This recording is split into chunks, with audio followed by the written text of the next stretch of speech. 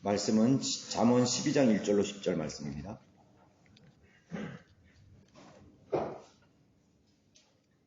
잠언 12장 1절로 10절.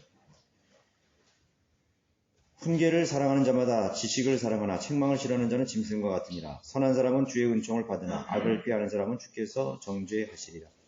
사람이 악으로 굳게 서지 못할 것이나 의로운 자의 뿌리는 요동치 아니하리라. 현숙한 여인은 남편에게 면류관이나 수치를 끼치는 여인은 그의 뼈를 썩게 함과 같으니 의로운 자의 생각들은 옳으나 악인의 조언들은 속이는 것이니라. 악인의 말은 피 흘림을 위하여 숨어 기다리자는 것이나 정직한 자의 입은 사람들을 구할 것이다.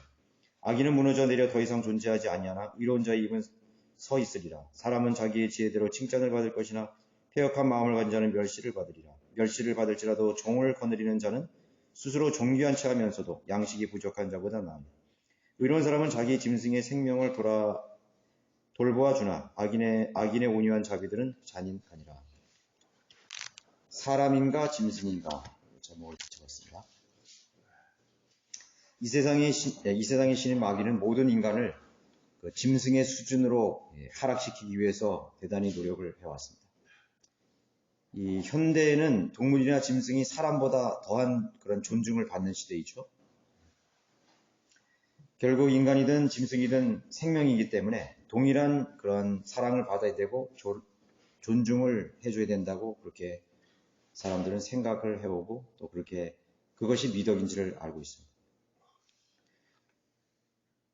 그런데 짐승이 결국 사람에게 복종을 거부하면 가차없이 내다버리죠. 아니면 또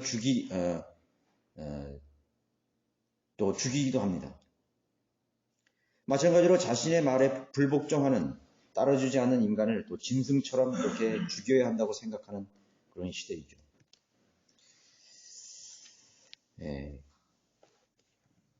그런 맥락에서 우리가 한번 살펴볼 수 있습니다. 1절에 훈계를 사랑한 자마다 지식을 사랑한다. 책망을 싫어하는 자는 짐승과 같다. 하나님의 고유의 형상은 잃어버린 인간을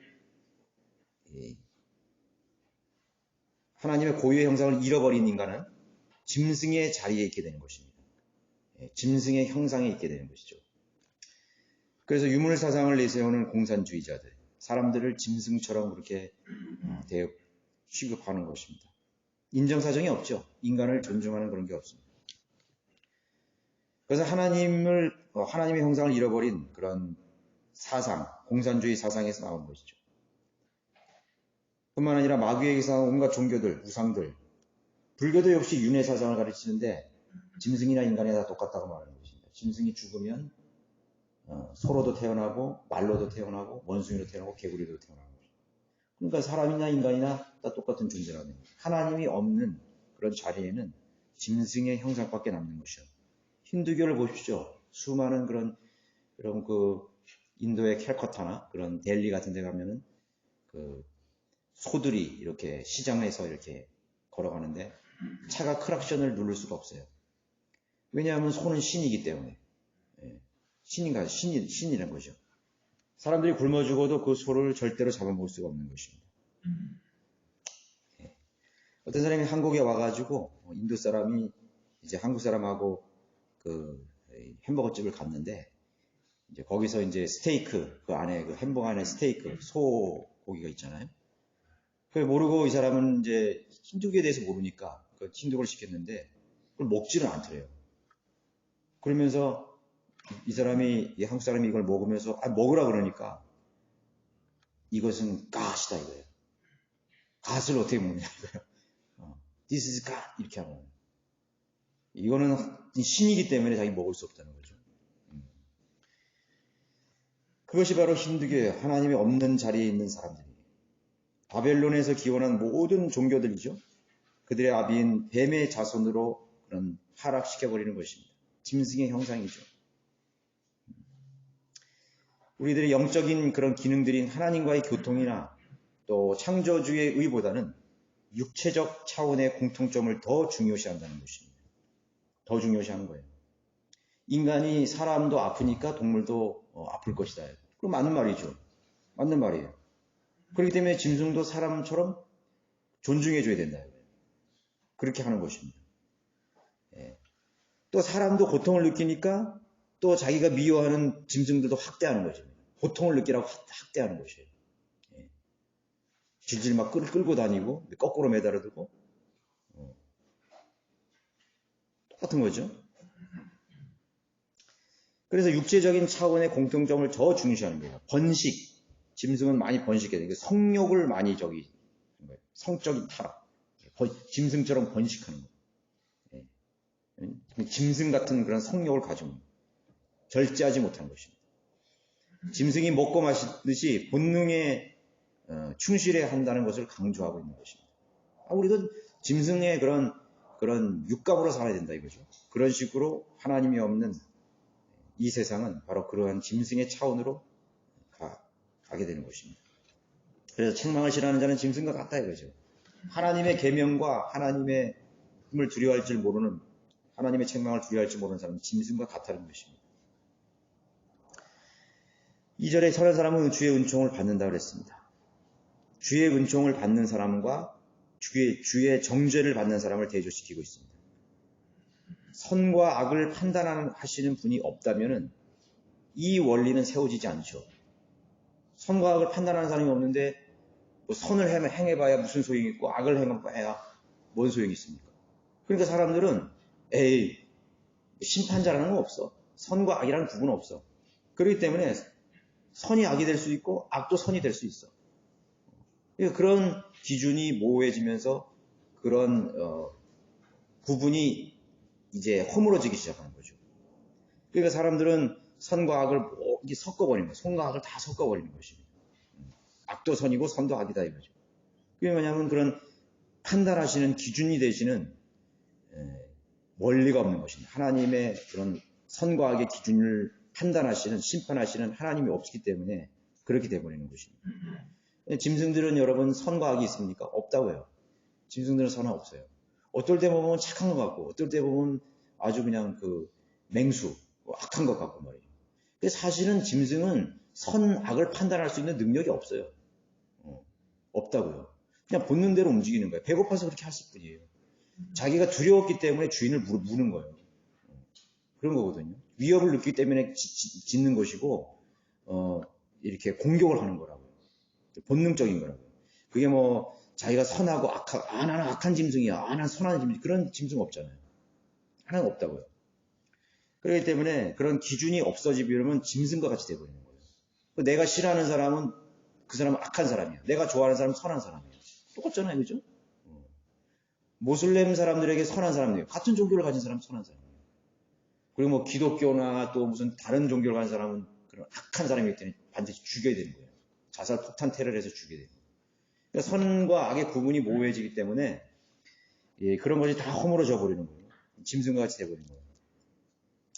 그래서 억울한 일을 당한 삶에 대해서 누가 판단해 주시는가? 우리는 그 억울한 일을 당한 그런 일들에 대해서 판단해 주시는 분이 있다는 것을 알기 때문에 누명을 쓰고 희생을 당하고 수고하고 해도 내가 오래 참고 인내에 대한 결과를 판단하고 보상해 주시는 분이 계시다는 것을 우리가 신뢰하고 믿는 믿음을 가진 사람이 그리스도인이라고. 그래서 반드시 하나님께서는 은총을 받을 자와 정죄받을 자를 구분해 놓고 계시는 거죠. 결말은 그것입니다. 결과적으로 그것이 기다리고 있다는 걸 아는 거죠.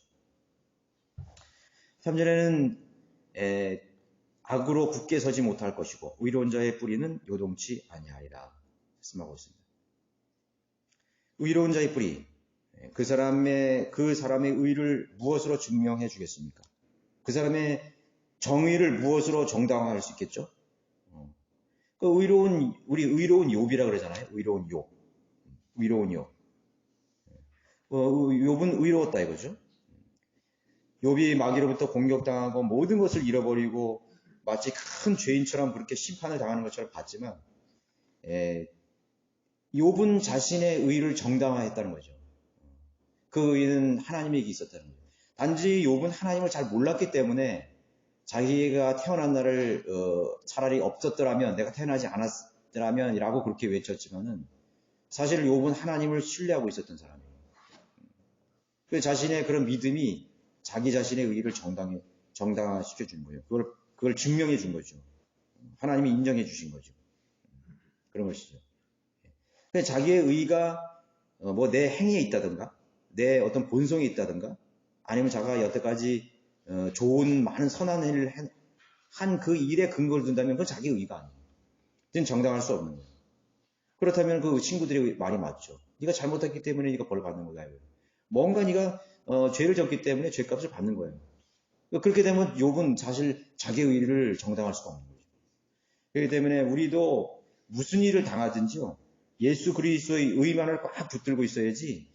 뭐 내가 할 만큼 했는데, 뭐 나는 뭐 착하게 살았는데, 나는 나쁜 짓 한 일이 없는데, 계속 그런 거에 자기를 정당화시키면 안 되는 거예요.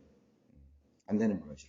우리는 예수 그리스도 그 십자가의 의만을 꽉 붙들어준 거예요. 주님이 내 모든 죄를 다 용서해 줬다 이거예요. 주님이 내 모든 허물을 다 씻어줬다 이거예요. 그 의를 끝까지 우리가 붙들고 있어야 되는 거예요. 그게 하나님 앞에서 우리의 의를 정당화시킬 수가 있는 거죠. 구약 성경에도 이렇게 하나님을 신뢰하는 그런 사람들이 많았는데, 예레미야에서의 레캅 후손들, 요나답의 후손들 레캅 쪽이 있죠. 그런 사람들.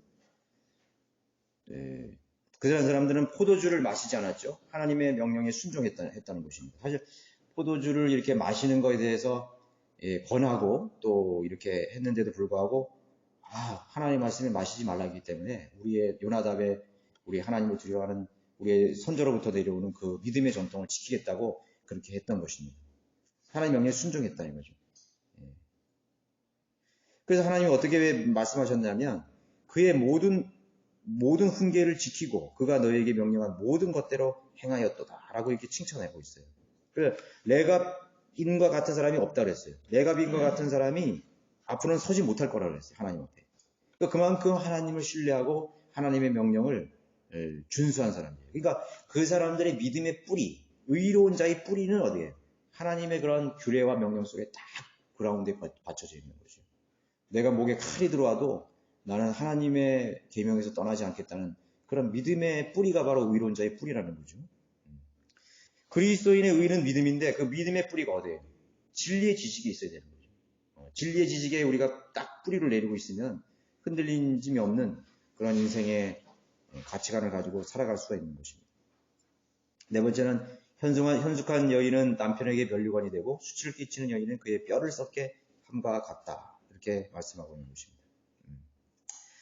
남편을 죽이는 여자와 살려주는 여인이 있죠. 남편을 죽이는 여자와 살리는 여자가 대주고 있습니다. 그래서 남편은 아내로부터 위로를 얻게 되죠. 그래서 그 현숙한 여인은 남편의 면류관이 되는 거예요.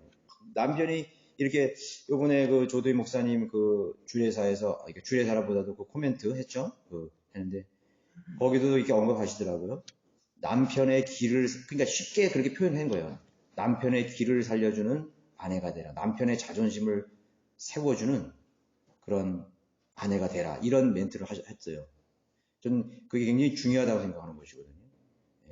남편의 길을 꺾는 그런 여인은 현숙한 거고 그거는 그 가정은 망하는 것입니다. 망하는 거예요. 망하는 것입니다. 그러면 그 아내를 사랑하겠습니까? 사랑하지 않죠. 존중할 줄 알아야 되는 것이죠. 그래서 하나님의 말씀으로 잘 이렇게 성숙한 그런 여인을 아내로 만든 것이 대단히 중요한 것이에요. 엄청나게 중요한 것이에요. 그건 하루아침에 되는 것이 아니에요. 남편에게 수치를 끼치는 여인도 있어요. 그죠? 근데 그 여인은 어떻게 해요? 뼈를 썩게 하는 거예요. 뼈를 썩게 하는 거예요. 빨리 죽는 거예요. 남편 빨리 죽는 거예요. 빨리 죽이는 거라고. 역으로 우리는 성경에서 또 남편 아내를 내 몸과 같이 사랑하라 했죠. 그렇게 그런 관계가 돼야 되는 것입니다. 우리 중죄 중에 하나, 세상의 그런 범죄 중에 하나 가운데 큰 죄가 하나 있는데 가정을 파괴시키는 죄가 있어요. 가정 파괴범이라고 하잖아요. 가정 파괴범. 가정 파괴범면 그건 엄청난 죄거든요. 가정을 풍지박산 내는 것이.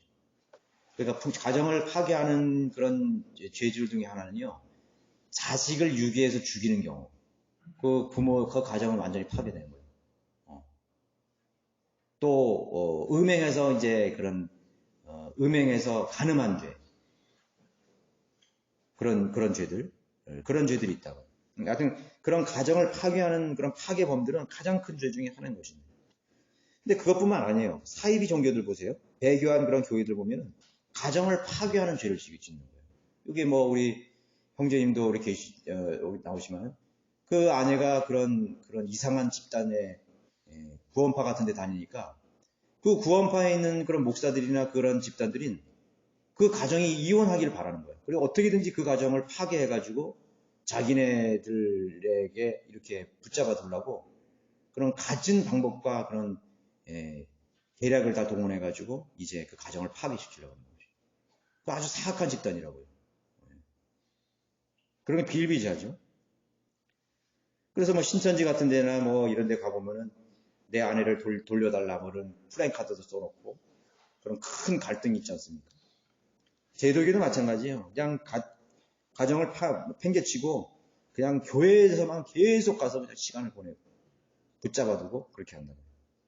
그런 거는 자 종교적인 그 탈을 쓴 가정 파괴 집단이라는 걸로 알아야 되는 것입니다. 우리 성도들이 믿는 그리스도인 가정은 아무리 그 남편이나 아내가 다른 종교를 가지고 있어도 사랑하고 또 기도하고 하나님의 방법으로 하라 그랬지 육신적인 방법으로 무슨 그 가정을 파괴시켜서 갈라놓고 해서 그가 자신의 목적을 달성하는 그런 그거는 전혀 성경적이지 않는 그런 마귀의 사주를 받아서 하는 그런 집단과 똑같은 것입니다. 죄를 짓는 것입니다. 그들에게 임할 심판은 엄청난 것이죠. 의론자의 생각들은 옳다고 그랬습니다. 옳은 생각은 누구에서 나온 거예요? 그리스도인에게서만 나올 수 있는 거예요. 신실한 그리스도인들에게서만 의로운 생각이, 옳은 생각이 나올 수가 있는 것이에요. 성령 안에서 행하는 사람은 그 생각이 바로 설 수 있는 것입니다. 그러나 악인의 조언, 악인이 누구예요? 마귀의 자식들, 마귀의 자녀들이 악인들입니다. 성령으로 인도받지 못하는 사람들, 성령 안에서 거듭나지 못한 사람들은 그 옳은 생각이 나갈 수가 없는 것입니다. 옳은 생각이 나갈 수 없어요.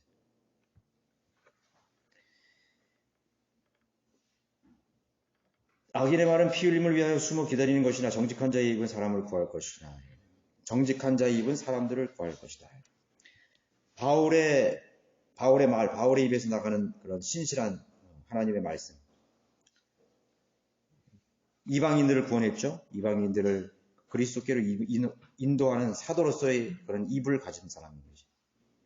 에스더는 한 국가를 구원할 수 있는 그런 입을 가졌던 여인이었어요. 에스더 같은 사람. 모세도 역시 한 민족을 구원으로 인도했습니다. 파로 앞에 가서 하나님의 말씀을 명령을 전달했습니다.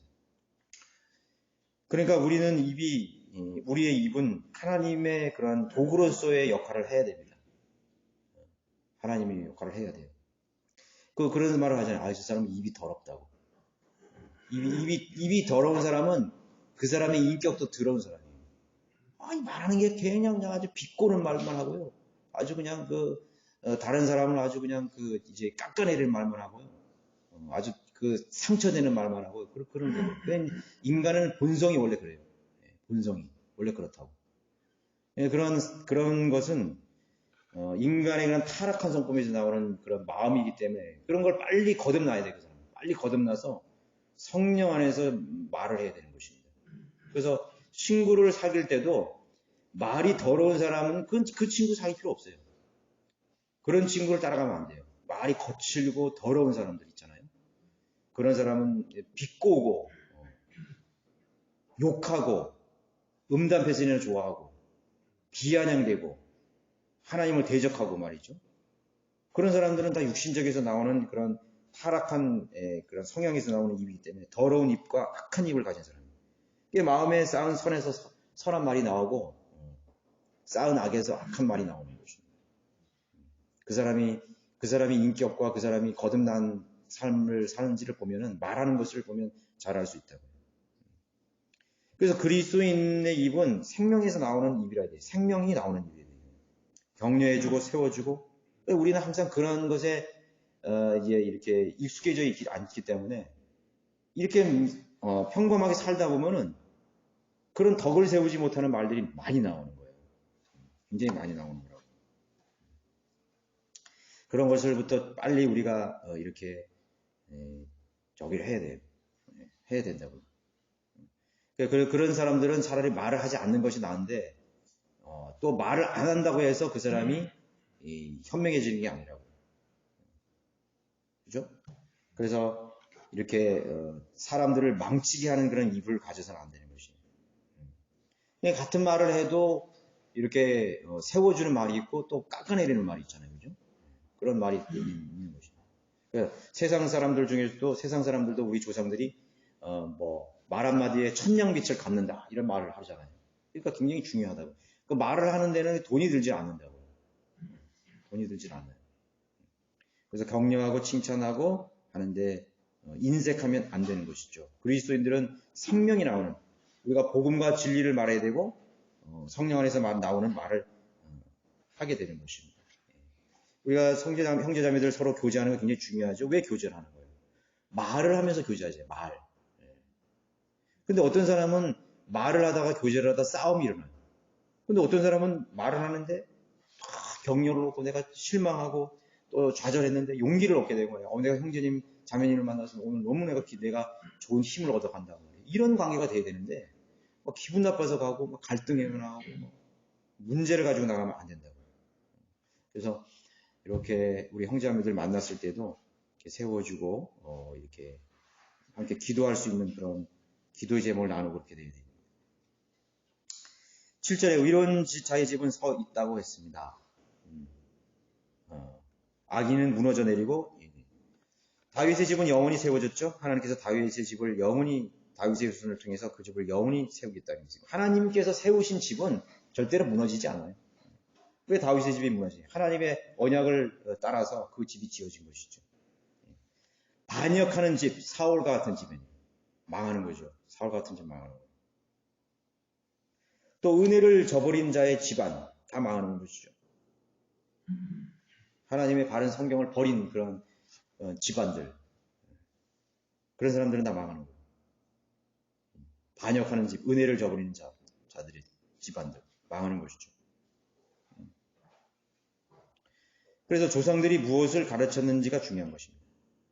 무엇을 이렇게 일본 사람이나 우리나라도 마찬가지지만은 그런 악기를 만들다거나 아니면 음식을 만든다거나 아니면 무슨 어떤 기술을 가진 사람 집안을 장인의 집안이라는 거예요. 장인.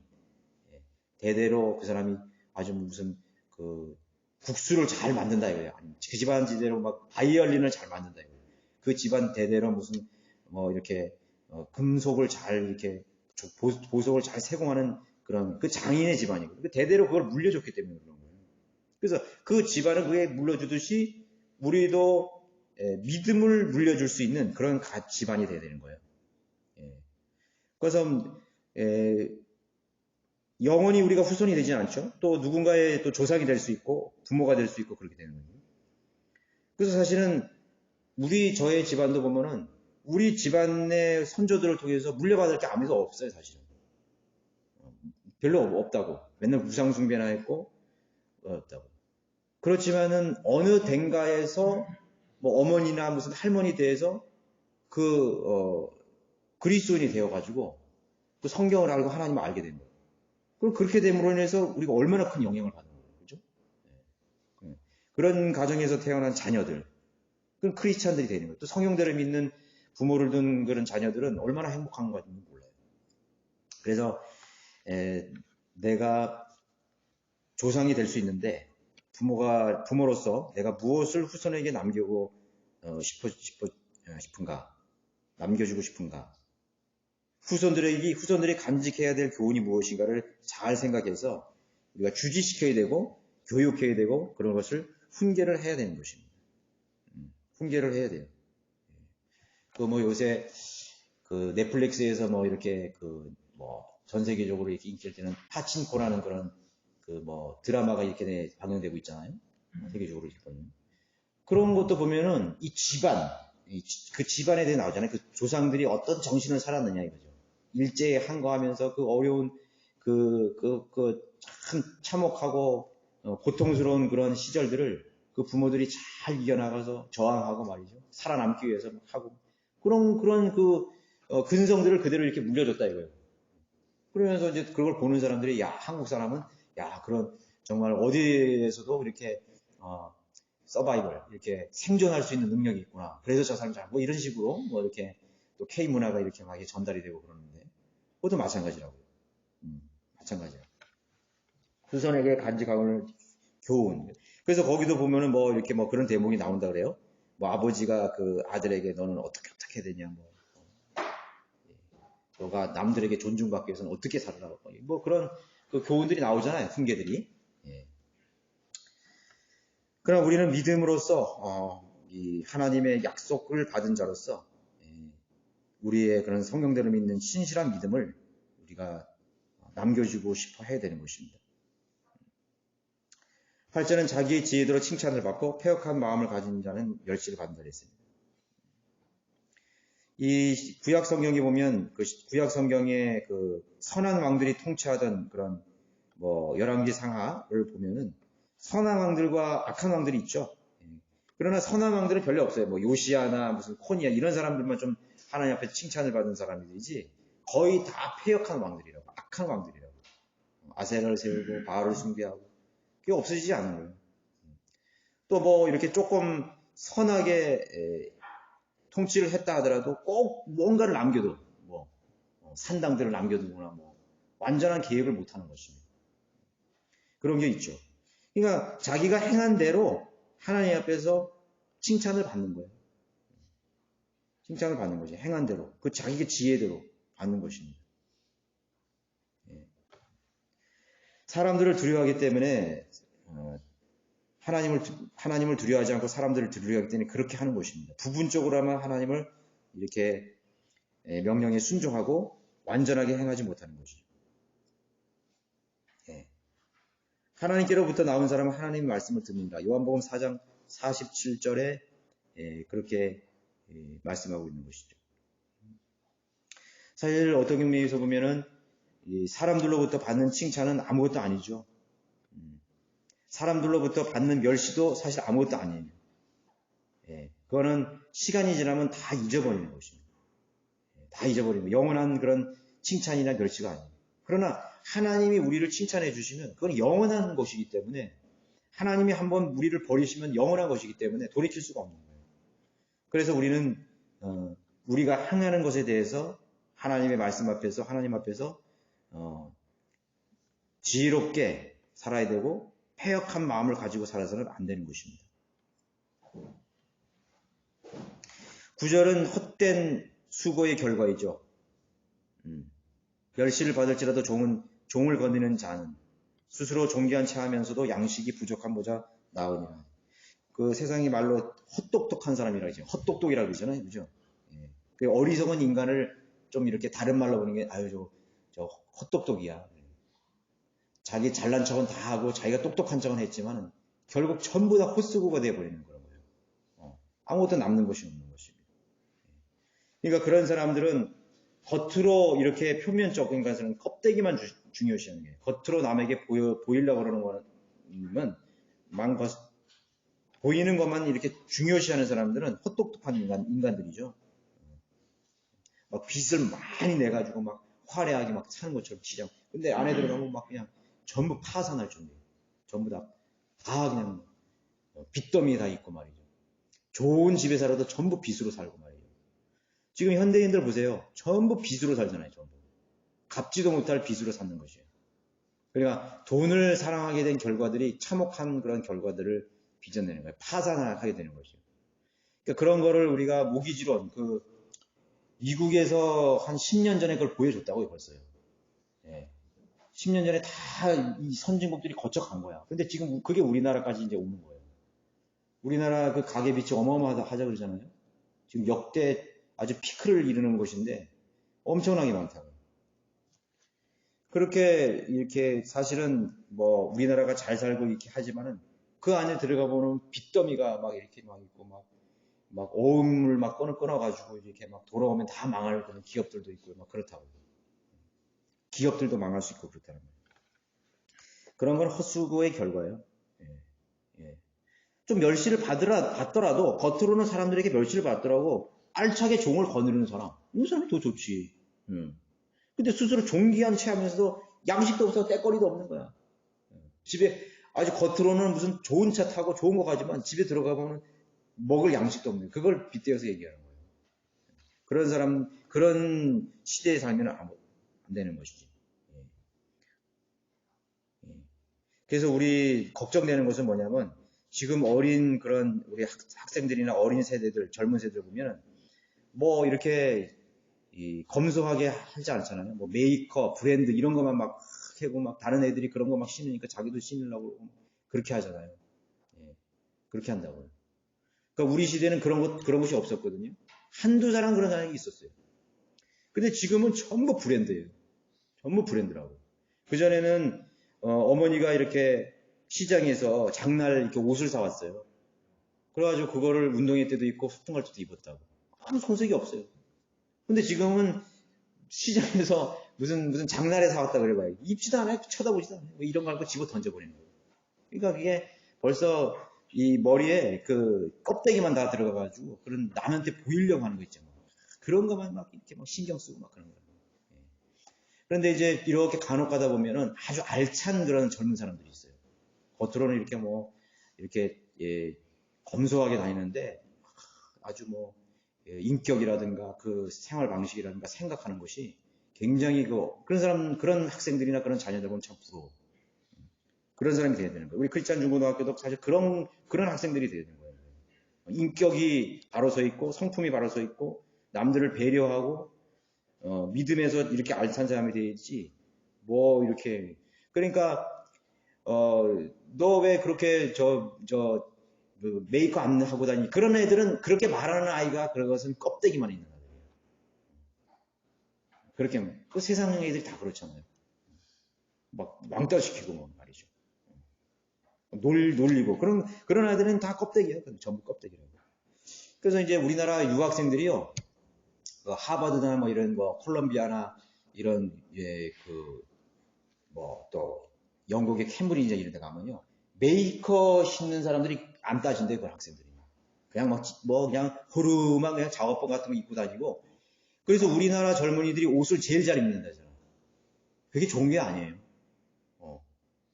좋은 게 아니라고. 우리나라 학생들이 뭐 옷을 제일 잘 입고 뭐 그렇게 하는데 그게 좋은 현상이 아니야. 그게. 전부 다 그냥 그 획일적으로 하고 제가 한 97년인가 98년에 갔는데 홍콩을 갔는데요. 우리나라 학생들이나 우리나라 젊은이들 제가 기독교 수양관에 갔는데 거기는 전부 메이커 그때 항상 바람 불 때. 뭐 청년들도 그렇고 전부 메이커 바람 불 때. 그런데 홍콩을 갔는데 메이커 있는 사람들이 없어. 전부 개성이 입었어. 다. 개성. 그래서 거기서 놀랐다고. 거기 있는 같이 간 우리 그 직원들이 보면서 야, 이런 잘 사는 근데 그 당시엔 굉장히 잘 사는 나라였죠, 홍콩은. 그 개성적으로 다 이렇게 입고 다니고 그러더라고요. 그러니까 그게 물질 만능주의의 하나의 폐단이라고 볼 수 있는 거죠. 껍데기만 이렇게 중요시하는. 10절 의로운 사람은 자기 짐승의 생명을 돌아봐 주나 악인의 온유한 자비들은 잔인하니라. 여기서 보면은 의로운 사람은 자기 생명을 돌보아 주나네. 그러면 자기 짐승의 생명을 잘 돌봐주는 사람은 다 의로운 사람이냐? 그게 아니에요. 그게 아니라고. 히틀러도 그 애완견이 있었어요. 그 다음에 아우슈비츠의 그런 사령관 같은 히물러 같은 사람들은, 괴벨스 같은 사람들은요, 자기 애완동물을 아주 애지중지했다고. 그러면서 사람은 파리 목숨 사람 죽여버린다. 잔인한 사람이죠. 아주 엄청나게. 그러면서 자기 개는 아주 그냥 아껴주고, 동물은 아주 그냥 실해주고 그런 사람이에요. 굉장히 모순된 거죠? 예. 굉장히 모순된 거죠. 동물 애호가라 그래가지고 그 사람이 의로운 사람이 되는 건 아니에요. 예. 의로운 사람은 자기 짐승의 생명을 돌봐주는 거지. 예. 신실한 그리스도인이 짐승에게 잔인하게 굴겠어요? 절대로 그렇게 하지 않을 거예요. 생명을 존중하게 여길 거예요. 그렇죠? 예. 신실한 그리스도인들이. 의로운 사람들은 돌봐주는 거죠. 그렇다고 해서 생명을 돌봐준다고 해서 의로운 사람이 되는 게 아니에요. 악인의 온유한 자비들은 잔인하니라. 그러니까 의로운 사람인데 보기에는 짐승을 잘 돌봐줘야 되는데 그 사람은 잔인한 사람일 수도 있다고. 엄청나게 잔인한 사람이 있다고. 뭐 히틀러 같은 사람들도 문학을 사랑하고 그 사람도 글 잘 썼잖아요. 나의 무슨 뭐 투쟁? 그런 글도 쓰고. 그리고 어릴 때는 그렇게 그림을 잘 그렸대. 히틀러가. 초등학교 시절에. 꽃을 사랑하고. 순수한 그런 거예요. 그러니까 사람이라는 거는 그 사람의 타고난 성품으로 절대로 사는 게 아니에요. 그러니까 마귀가 들어갈 수도 있고 악령이 들어갈 수도 있는 거죠. 언제 어떻게 그 사람이 변할지 못해요. 거듭나지 않으면은 사람은 순하다가도, 그러니까 범죄자들 가운데서 순한 사람이 많잖아요. 내성적이고 성실하게 보이고 그런 게 아니라고. 그러니까 동물 애호가라든가 환경 보존주의자 또 동물 보호자 모두가 의인이라는 게 아니라는 것이죠. 그러나 의인은 그런 상식적으로 생명을 사랑하고 자비를 베풀 수 있는 그런 거란 거는. 그러니까 여기서 이제 무조건적으로 이거 하나님 말씀 틀렸다 이렇게 보면 안 되는 거예요. 우리가 잘 그런 것을 역으로 잘 생각해서 우리가 성경 말씀을 봐야 됩니다.